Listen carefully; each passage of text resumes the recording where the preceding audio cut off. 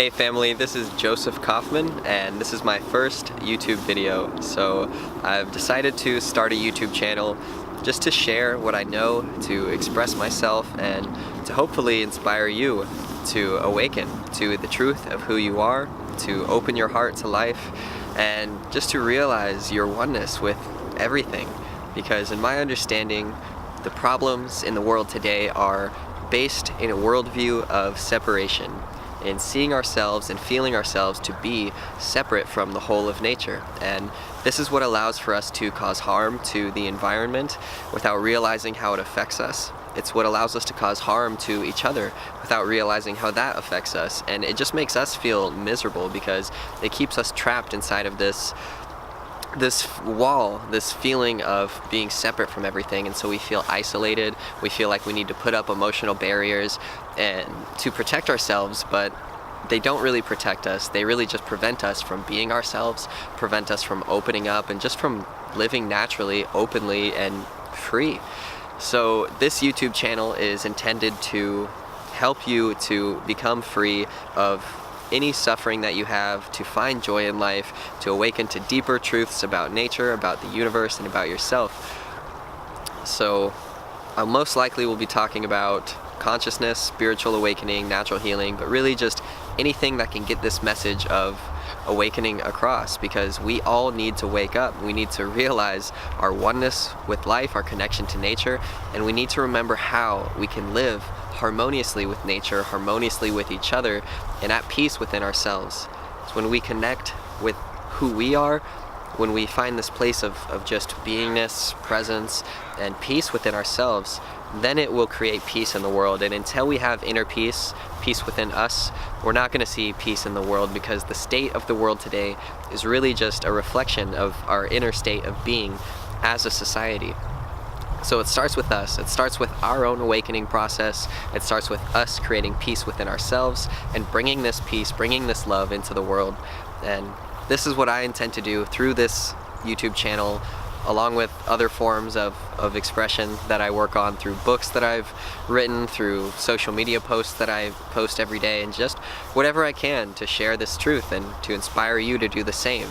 So let's come together, let's help humanity awaken, and let's remember how to live peacefully on this earth.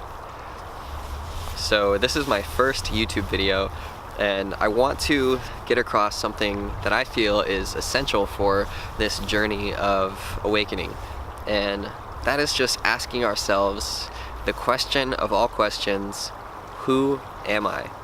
Who are we really? What is it that we identify with, and what is the truth of our being? So if you're like most people in the world today, you probably have no clue who you really are, and that's perfectly okay, because it's only once we accept that we don't know who we are that we're capable of discovering the truth of who we actually are.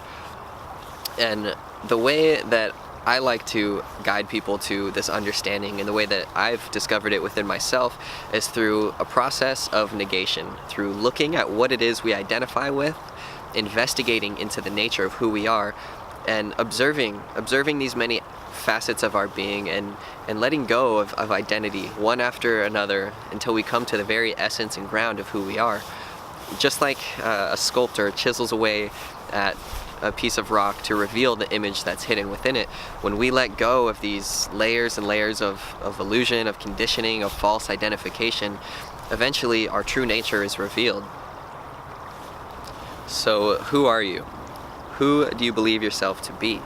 If I were to ask you right now, who are you, how would you respond? Now, it's common in our culture that if someone were to ask us who we are, we respond with our name. So if you were to ask me who I am, I would most likely just tell you Joseph. But Joseph is just a sound. It's just a name, it's just a label, some words or letters that have come together. It's not the actual reality of who I am, but when I was born, I was given this name, and as I grew and as I developed, I was believing myself to be this name, and I start forming an image of myself that's attached to this name. And this image comes with it all of my past memories and experiences, all of my likes and dislikes, my interests, my accomplishments, and so on. But none of these are the essential reality of who I am. I'm not this name, but this name is useful to identify myself in terms of society, in terms of relating with you or with any other person. But it's not the actual essence of who I am. So who are we then? Are we our body? Many people identify with this body, but this body is constantly changing. Every single cell in this body is dying, being reborn, and the entire body regenerates itself every 7 years. So the body that you had 7 years ago is not the same body that you have now. And this body is also dependent upon all of the elements in nature. It's sustained through the food that we eat, the air that we breathe, the water that we drink. And so nature is sustaining this body. This body is really just an expression or extension of nature. So if we are this body, then really we're the whole of nature too. But there's more to us than just this physical body. We also have a psychological aspect to our being. So are we our thoughts then? Many people identify with their thoughts. They identify with the thinker. They identify with the thought of I. So the most fundamental thought of any thought is the thought I. I experienced this, I'm doing this today, I. We're always talking about I. But what is this I? Is it not just a thought? And so we can see our thoughts. We're able to observe thought. And when we recognize that, when we realize there's a gap between us as the observer and thought as what is being observed, then that's actually a gateway to a really deep awakening for most people. Because subconsciously, identity is something that's most commonly a subconscious thing. Until we are consciously investigating into the nature of ourself, we just subconsciously identify with things that we've been raised to believe we are. We identify with this body, we identify with this mind. But once you really start to investigate who you are and start to just observe these different qualities of our being, you start to feel this gap and this distance between ourselves and what it is we believe ourselves to be. So do you not feel like my thoughts or your thoughts or my thoughts are the exact same as my house, my car, my phone? So what is this my? Who is this I that we're really referring to? So if we can observe our thoughts, then that implies our thoughts are something that is separate from us. So who is it that is observing? What is this observing presence? Can you allow yourself to just observe without thought existing? Can you allow yourself to just be present and experiencing life openly without immediately interpreting it, judging it, or labeling it in some way? So, for example, say you go outside and it's a beautiful day, and right away your mind starts to say to yourself, wow, it's a beautiful day today. And that's just putting a label on this direct experience. It's intellectualizing it, it's conceptualizing it, putting it into just some mental box rather than experiencing it openly.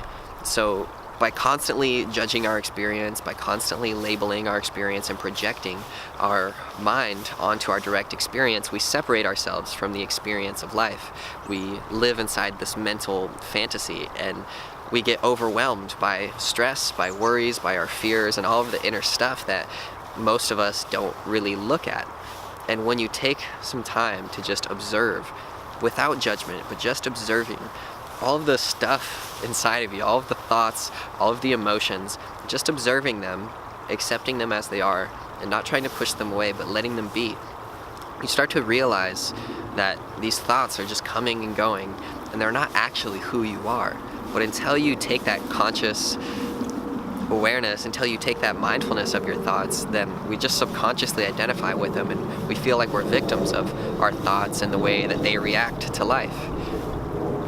But once you start observing, once you start just coming to know yourself as this observing presence, then you realize, you start to feel the truth of who you are, and you become free from all of the stuff you've mistakenly believed yourself to be. You become free from the social image that you try to maintain all of the time. You become free from the body identification that we unconsciously have. You become free from all of these thoughts, emotions, and feelings. And it's not to disassociate from our feelings or to disconnect from them, not at all, but it gives us this space in which the feelings can arise without overwhelming us. It gives space for things to be, and we realize ourselves as that space, as this awareness. And if you can come to this space within yourself, then you will realize that the very depths of your being has no form. It's really just this formless awareness, this formless presence. And that's what's at the core of my being, it's what's at the core of your being, and the core of every other living being. And these are just words that are coming out of my mouth. They're just sounds, but they're pointing to something deeper. But understand that the words can never really convey what it is that they're pointing to. We can't intellectualize the truth of who we are. We can't put it or define it in some mental concept, because life is this multi-dimensional experience in which everything is happening everywhere all the time at once, and we can't define that or confine that into small labels, intellectual concepts and words. So we have to understand that if we want to discover the truth of who we are, we have to go beyond intellectualizing. The intellect can help us up to a point. It can help us kind of understand the concepts, but at some point we have to take that leap. We have to leave the intellect behind and just openly experience. And when we are present, when we're here and just awake to what is, then we start to feel ourselves as that awakeness, as this presence. The experiences in life, our sensations, they're constantly changing because everything's impermanent, moving, vibrating, but this presence, this space is always here. It just allows everything to exist within it. So coming to know ourselves as this formless presence, this witnessing awareness, frees us up from the misidentification, the misperception we've had of believing ourselves to be this limited form, of believing ourselves to be this social image that we feel we need to defend and protect. It frees us from all of that. So understand that this awareness cannot be an object of our experience, because it's the subject, it's us, it's the consciousness that is experiencing. So we can't see it because it is what is seeing. But just by the very act of seeing, we know ourselves to be the seer, the witness, the awareness. And this awareness, this witnessing presence, is essential for the existence of everything. Every single experience has at the ground of its being this consciousness, this awareness. And how could we confirm the existence of anything in the universe without this awareness? Who would be there to experience it? So this awareness, this consciousness, is the common ground of all beings, and it has no form. It's what allows form to be. It's what brings the universe into form. But the very depths of who we are has no form, and if the depths of my being has no form, if the depths of your being has no form, then how can we really distinguish the two? What is it that sets us apart? I mean, we can distinguish our physical form, we can distinguish our thoughts, our mental form, but this formless presence, there's no way for us to distinguish the two. There's no way for us to truly separate them or to set them apart. Now, we can compare things that have form only. Two snowflakes might be very similar, but still they're always different because the forms are different. You can compare the two, but this formless presence that exists within me, exists within you, there's no way we can distinguish it. So does that not mean that there's just one formless presence that is seeing through every eye, that's hearing through every ear, and that's experiencing itself as every being? And this is actually an ancient teaching. It's something that's been discovered by spiritual traditions around the world. And they all have different ways of expressing it. They all have different ways of putting it into the language and worldview of their culture. But they've come to realize that there is just this one life energy that expresses itself through everything. And if we can come to recognize this awareness, this energy within ourselves, then we can recognize it within others as well. And we can see that there's really no separation between us. But really, there's just one of us. There's just one great being experiencing itself through an infinite number of mediums. It's almost like if there was one tree that had all of these different branches coming from the tree, and every single branch had its own experience. And these branches started to feel individual, they started to feel like they were separate from the rest of the tree. That's how our situation is. We feel like we're separate from the whole of nature. But in the case of the branches, if they realize that they're an extension of the tree, that they're an expression of the tree, they're still unique and individual extensions, but they're a part of the total tree, then they can feel that connection, that oneness with everything once again. And in the same way, using that analogy, if we realize that we're unique, individual, but we're expressions of this total universe, where this consciousness experiencing itself through just an infinite number of ways, then we can awaken to just this love that comes from realizing our oneness with everything. And this love, this understanding of our oneness, is what gives rise to compassion for the suffering of others, because we start to realize that when someone else is suffering, it's me who's suffering in that form. It's causing me to suffer too, because I feel that love and that compassion, that empathy for them. And so this feeling of love, of wishing for others to be happy, to provide our own happiness, this opening of our hearts to the world, to nature, to life, this is what's necessary for change to happen in our world. If we ever want to change the violence, the chaos, the destruction that's going on, we need to change the destructive and violent behaviors, emotions, and thoughts within ourselves. We can't always put the blame on things outside of us, because we've been raised in this society. We've taken on things from this culture. And so we have to look at this. We have to observe what's existing within ourselves. We have to see our anger. We have to see our violence. We have to see the ways that we contribute to the suffering of the world. And by healing our own suffering, by awakening to the truth of who we are, we become free, filled with this love, and then we can help others to do the same. And so this is what I want to share with you, and this is what I want to help you to do, to become free, to awaken to love within yourself, to understand the truth of who you are, just your connection with nature, and to provide practical ways that we can live harmoniously with nature, that we can still exist and function in this world with this understanding, integrating this greater understanding of who we are into the world now. So if you liked this video, if you want to see more videos in the future, then subscribe, like, comment, and help me grow this channel, because I want to spread this message to as many people as I can.